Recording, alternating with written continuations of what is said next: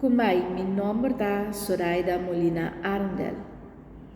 Carta de Pablo na Romano, capítulo 3, versículo 9 até 20. Turgende ahasi picar. Kiko anto. ¿Acaso nós como judío tem privilégio riba outro gente ora Deus ta juzga? Seguro que não.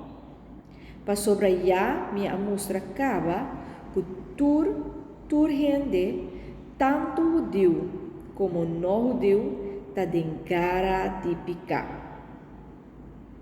Maneira de escrever da escritura, não tem nenhum que ta hace bom, nem sequer Não tem nenhum que compreendimento, nenhum que ta busca Deus.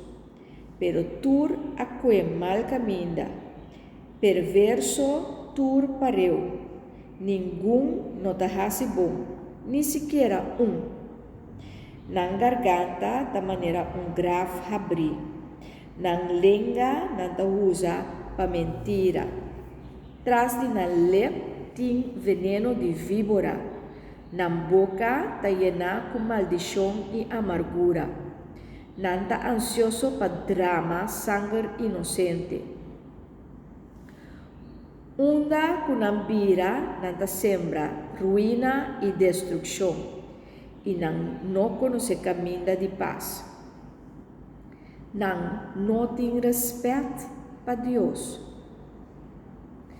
Não sabe que tudo que lei tinha ta conta para esnan que ta biba bau de lei. Esta é o Deus. Que men anto que tur gente tem que dar boca quieto e gente mundo, tanto judeu como não judeu, mester dona Deus conta e razão. Para sobra, Deus não ta aceitar nenhum gente como justo, para motivo que está cumpre com lei. Lei ta serve para fazer-nos consciente que nós está pecador.